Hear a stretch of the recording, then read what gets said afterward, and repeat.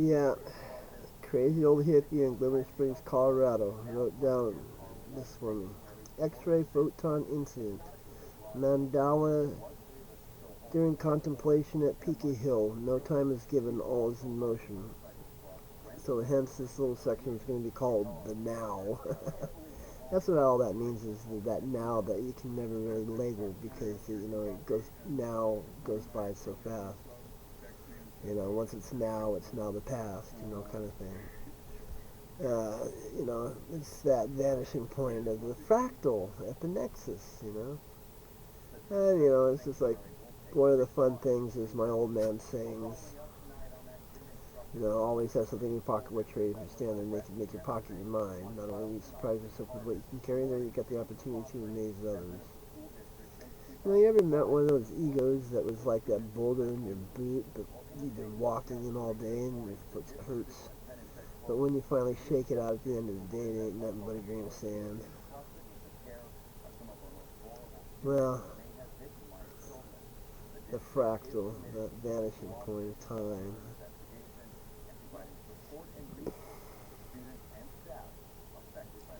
If there was nothing in the beginning, that big zero on all the timelines, and then eventually there was that positive one to the right, and then that negative one to the left, because of the reflection point of the eternities of nothing finally becoming something.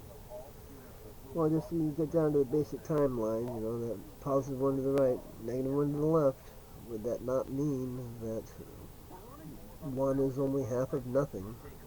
And all the fractal points and, time all twist together. But truth is I learned a lot of different things out of order. There were some things I learned as a kid that I shouldn't have learned until I was in my 20s or 30s, and there's some things that I'm still learning today that I should have learned as a kid. My timeline's been kind of screwed up. So this timeline of different things that is the reminders of different things.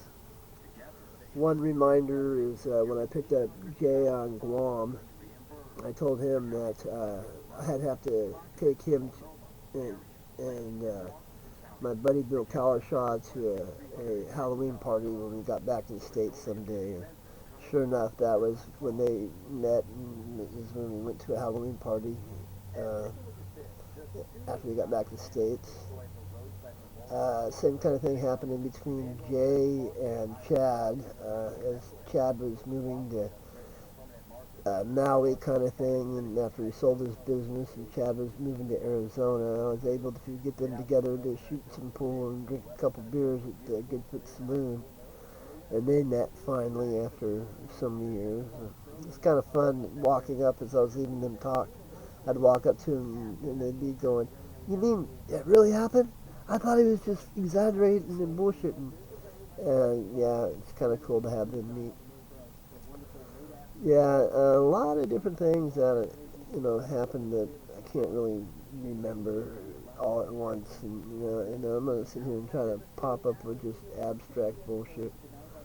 Oh, like finding the four-leaf clovers, or getting my cancer, or getting my dog Doja, or my giving my dog Chewy to Jay because I really couldn't take care of him anymore.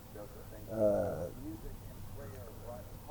uh, time me and Jay were frying on acid coming back from the Oregon Jam, and my dad had to come to Salem and pick me up. And then as we got to the house, there was my two guys that were working for me. They were supposed to have the night off. They showed up and were able to help me get her done still in time, even though I was pretty out of it. Uh, I don't know. Go to that wood shop. I mean, there was different things in that wood shop. One thing that was fun when we'd go to the river uh, on the early days. I started making out of the scrap wood these little boats, and I'd float them down the Sacramento River with notes on them saying, "Let me go. I'm trying to get to the ocean." Kind of like that old back in the '60s movie that you saw in school about the little boat the kid made. And it got to be a thing. Everybody in the shop started making boats, and we sent them down the river. I even made a giant stern wheeler once, and had it on a fishing string. And I was loading rocks on it to balance it out and everything. And there was this nice-looking lady and a cute daughter, and then, what are you doing? And I said, so I'm putting rocks on this boat, hoping it'll make it to the ocean. And this little girl went and got her this box, like I think it was a cigar box or something. And she brought it back, and she asked if she could take one of her rocks, that she collected rocks, and if she could put it on the boat. It was so cool. I found a rock there on that river too that I put in the van, and that my van broke down. This rock had some kind of carving on it, and I think I disrupted the gods or something. I don't know, because the van would never run after that.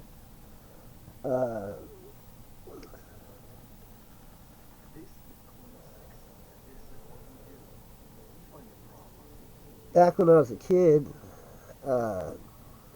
was in Oklahoma, showed up always the new guy in the middle of the thing, and the new guy ended up the outcast. And it was in Oklahoma, and there was this one black kid.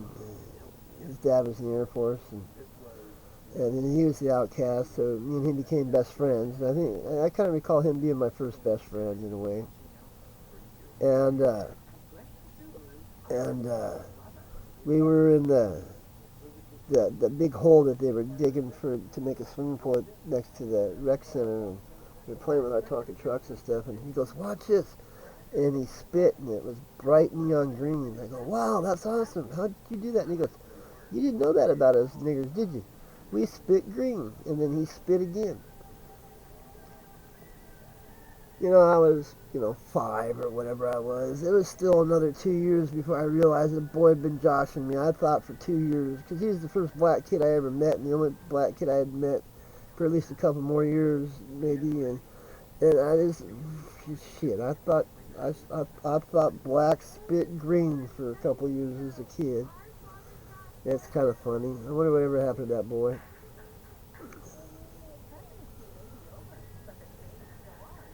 Yeah.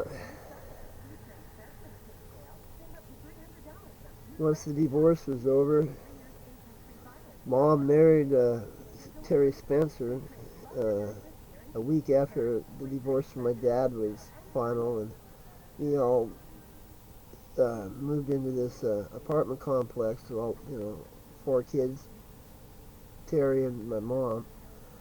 And Terry was a prick, even though he was a baseball coach. Mom married him because she thought he'd be good for us kids. And I'd be in my room, and they had these little kits that you can make radios that you didn't need no battery. And I'd be in the bedroom. He'd tell us to go to bed and shit, and so I would go and I'd hang my antenna out, and I'd listen to the baseball games that he was watching on TV. And then I'd wander out like I'm going to the bathroom and look at and watch, that guy's going to hit a double. And something, and Terry said, "Shit." You go, no, he's not. And I go pee, and sure enough, by the time I'm done peeing, I come back out, because there was like a 2-minute delay or something like that on the TV from what I was hearing on the radio. So I was right all the time, and fucking it just pissed him off a lot. They were married for about a year. They were to the day, and then I busted his arm with a baseball bat, and Mom divorced him. I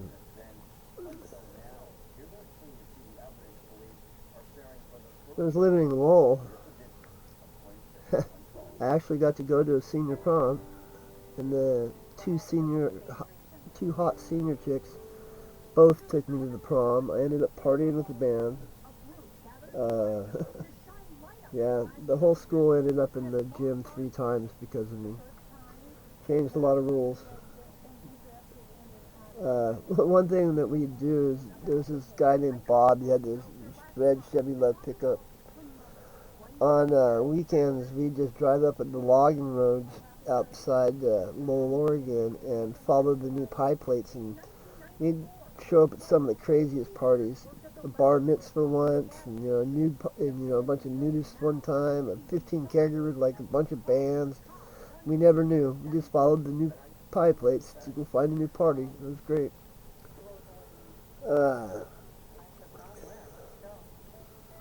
You know, that apartment I had when I was 15, it was pretty crazy. It's hard to believe that I was pulling that off at that age. When I was working out in the woods, there was the two Steves, and one Steve was the foreman of the crew, and another Steve was standing there. And the younger Steve actually knew how old I really was, and the foreman Steve had hired these two guys that were 18, and fucking he's watching them work, and he's telling the other Steve he's gonna let them go because they didn't do shit, and he's saying that fucking he's not gonna hire any more 18-year-olds. He said I was the last 18-year-old he was gonna hire. And it was funny because then all of a sudden Steve just started laughing because he knew that I really wasn't 18, but that I had just, turned 16 at that Christmas. And, yeah, it was kind of funny. Uh, those are some good guys, man. I made good money doing that shit, man. And a lot of parties in that house. A lot of friggin' women, too. And a 22-year-old girlfriend for at least a year and a half. I almost regret not staying and doing that, but then there's the whole path of my life. When I went to Guam, it was a blast. You know, the three foosball tables on the island was the youth center where I worked at part-time, Pirates Cove, the bar that had just a big old DJ, and the back bar was the beach. And the third foosball table was on Big Navy's officer rec room. So the regular enlisted men only had one foosball table to play foosball on the island. And at Pirates Cove, there'd be 400 people there every Friday and Saturday night. There'd be the dance floor and the foosball table. And there'd only be like two white guys with long hair. And I was one of them. And since I practiced at the youth center, when I went to go play at Pirates Cove, nobody could touch me because I had practice. I just come from playing the Filipinos for drinking money in the first place, and literally had women wait the hour for their quarters to come up to get across the foosball table from me so they can ask me to dance. I had to quit winning all the time, so I'd go get a beer, go pee, uh, go try to find a lady to dance with and shit like that. I go get a beer, and then you standing there trying to pick out a chick to dance with, and somebody come and tap me on the shoulder and say, "Hey, my quarters are up, man. Will you be my partner?" And then I go back to the foosball table. Nobody could touch. It was just amazing. Nobody could touch me. It was great. I had a blast there when I was on Guam. Yeah, it was funny when I picked up Jay hitchhiking. He went on 2 weeks leave from the Navy, and then he went back 9 months later. Yeah, that man got my dad's car out of the sand a lot of times, man. He's a big guy. He's a good guy.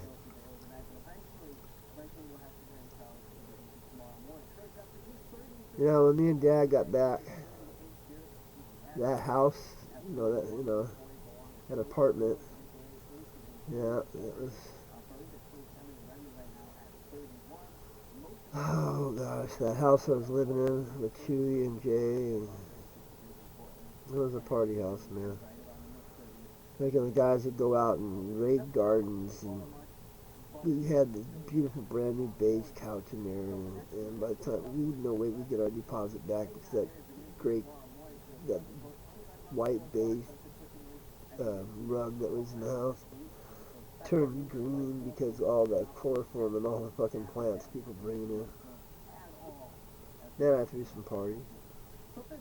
Even got robbed and woke up by some people in masks thinking that I had cocaine, and they stole my stereos and leather jackets and a bunch of jewelry type shit. And yeah, it was pretty crazy. And that was after the Van Halen concert that I traded a ticket to my buddy that for his Van Halen button because he said I would never talk about his Van Halen button, so I gave him a ticket to Van Halen because he was a guitar player And his hero was Eddie Van Halen. A lot of good times in that house, man. Ended up with a squeeze that ended up as my old lady for a good 6 months or better. My dog barked at her. My dog Chewy barked at her as she was walking down the street.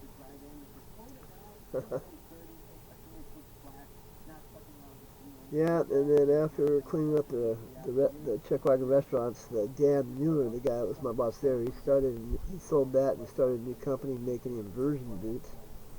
And so he had me uh, making inversion boots in the shop area of the apartment complex where he was living.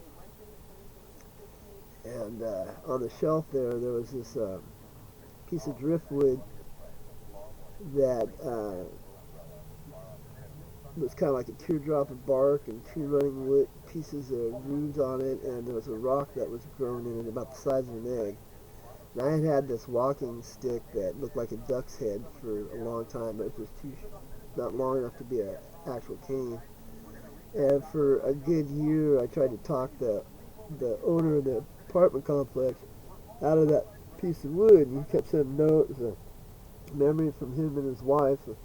One day I finally brought in that piece of wood that I had, and I held them up together and said, "This is why I want this piece of wood, because it looked just like a duck laying down with a rock in the egg, and the bark made the wing and everything." He goes, "Yeah, I could have it." So I cut my stick off and I attached it to that piece of driftwood, and then I cleaned up the two pieces of driftwood and kind of varnished them a bit and put them on a wooden base. And then the next thing you know, I sold it for almost $300 to this guy that was a hunter that liked ducks, and he collected what do you call them, decoys and stuff. Yeah, it's amazing how these different things kind of end up fitting together. Doja, you want to go outside? All right, dog. Don't go far. Oh, here, go. Go. No, you don't want to go outside? Yeah.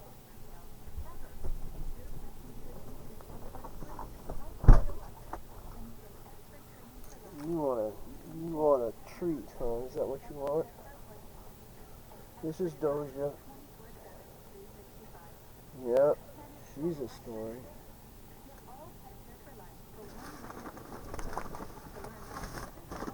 Here you go. So move. Move. When I was working in the yard down by Johnson Creek where the real bus is at, one summer we had this hardcore biker guy working for us. He believed he's the biker. I mean, he's a good guy and everything, but he was a biker. He rode the Harley and that kind of thing. And one of his biggest stories and things he liked to talk about is he liked to brag about his family's dog line.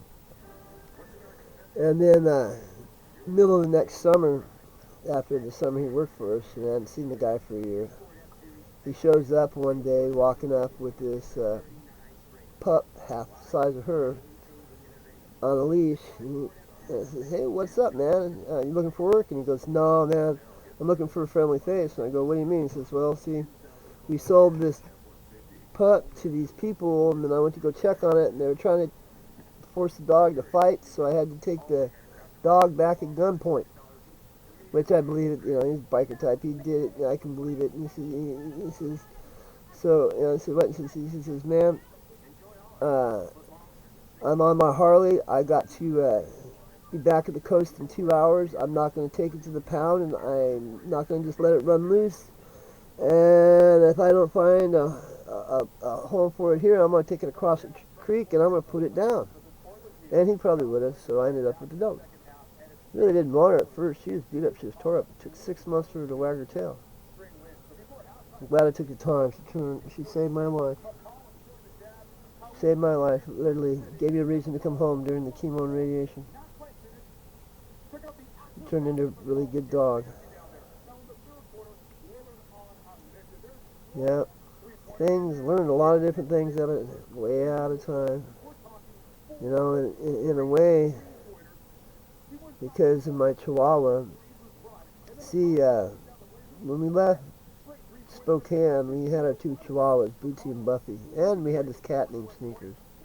Well, the cat had gotten out at a truck stop, and then we picked it up a couple months later, and it got out in Reno. But we had the two chihuahuas, Bootsy and Buffy. I got Bootsy on my first birthday. We picked up Buffy a couple years later. Bootsy was, I was 12 years old, so she was like 11 years old, and we were in Reno, and Leon's like dad's stepmom were managers of this motel, and we were able to stay in the office with them, but the dogs had to stay out in the car. And they literally called the pound on the dogs, and then the pound took them on like a Friday or something, and we didn't have the money to get them out. And so I never got, like as a kid, your pets die and you get some kind of closure and learn about death and all that kind of sort of in a way. And some of those, I didn't really get to learn that lesson until way later on in life. That kind of thing, it's hard to explain. Uh, yeah,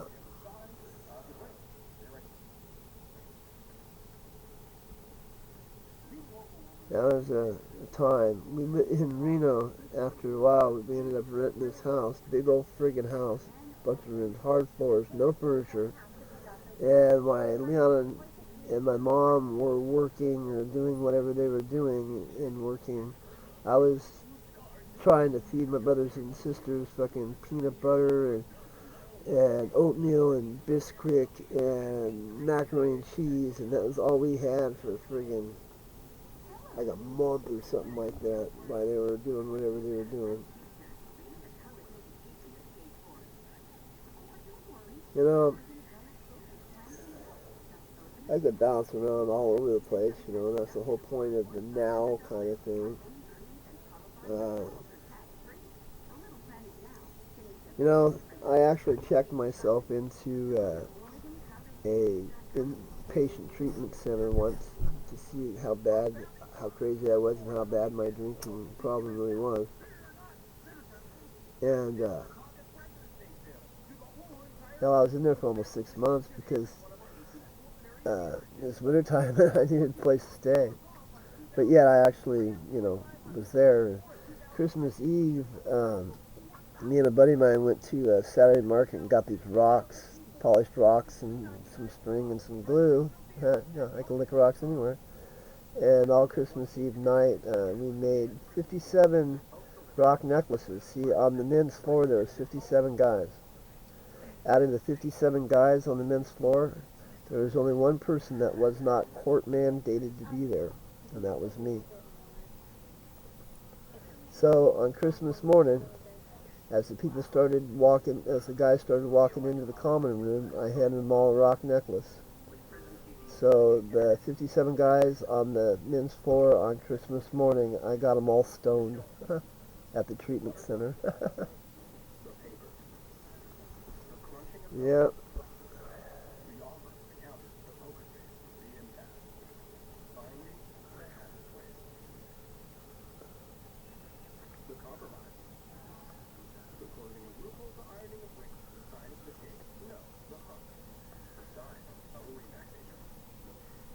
I don't know. I was like 19 or something like that. Or maybe 21, 2, I don't know for sure. But back in the day, I actually made $13.50 an hour working for Manpower. Yeah, all them temporary jobs and shit that I had. I had a few good ones. I had so many fucking jobs over the years. But you know what? The variety of jobs I've had has at least given me a variety of ways to look at whatever new job I take on. I have an idea what's going on. That really pisses off a lot of people because, hey, they say, I've been doing this for fucking 15 years, man. You've never done this a day in your life. And I say, it doesn't matter. I can look at it and I can see the easier way to do it or whatever, or know what's going on. And that really pisses some people off. And then and they'll continue to do it the hard way because they don't like change. So like, how many times have you seen that foreman or something like that that won't give you all the information on how the operation works because he's afraid that you're going to take his job? I'd show up at a warehouse. First day, I'd freaking find me that broom and I'd sweep that broom around. And as the bosses are starting to figure out what's going to happen on during the day and stuff like that, I'd be pushing that broom kind of just out of earshot, listening to what they're saying, and starting to, and then say like a boss would say, well, we need to get somebody on that forklift over there that knows how to drive it, and blah blah blah. And then what we'll do is we'll do this and we'll do this first, and then we'll do that.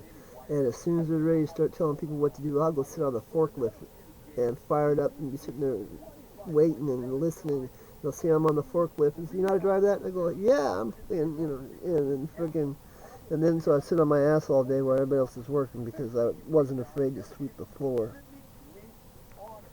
I don't know how many times I bypassed like the whole crew within the first couple weeks just because, well,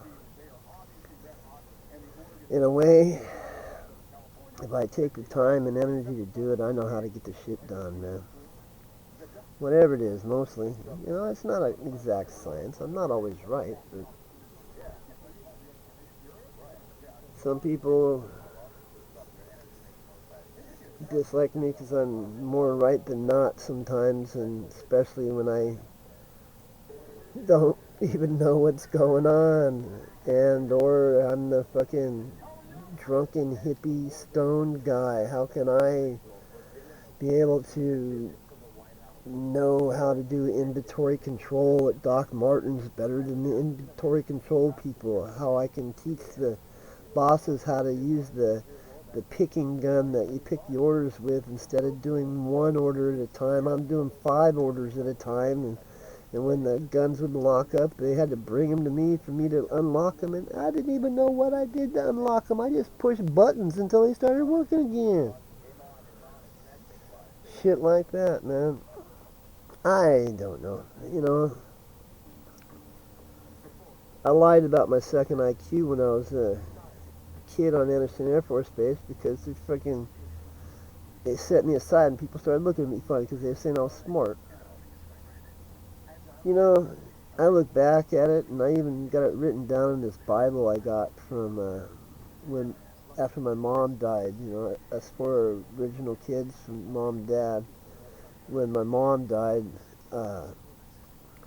some an aunt and uncle that never even met her knew gave us all this copy of the New Testament and had all these blank pages in it. So I filled all them blank pages full of this bullshit ramblings. So I can prove that I've been intentionally killing brain cells just because sometimes I'm outside the mainstream with people because of whatever reason. Yeah, I have no patience with people.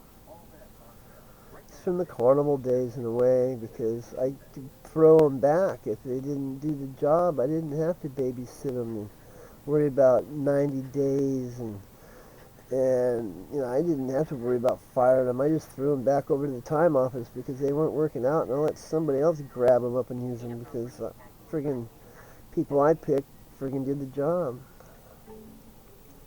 Yeah. It's not that, like I said, it's not that I think I'm smarter. It's just I think that in a lot of ways, the reality of my life and the diverse type of situations I've been in, and the survival skills that I've learned, and all those different things. It's kind of like it's not that I'm smarter than anybody anymore. I mean, like I said, I killed off brain cells, and I refuse to even think about things like the Atari and computers and shit. And my grandpappy used to say, easiest way to get something done is find somebody else that knows how to do it and have them do it for you. Don't rake the leaves until they're all off the trees. Yeah, well, it's all magic sometimes. those fractal points, the nexus.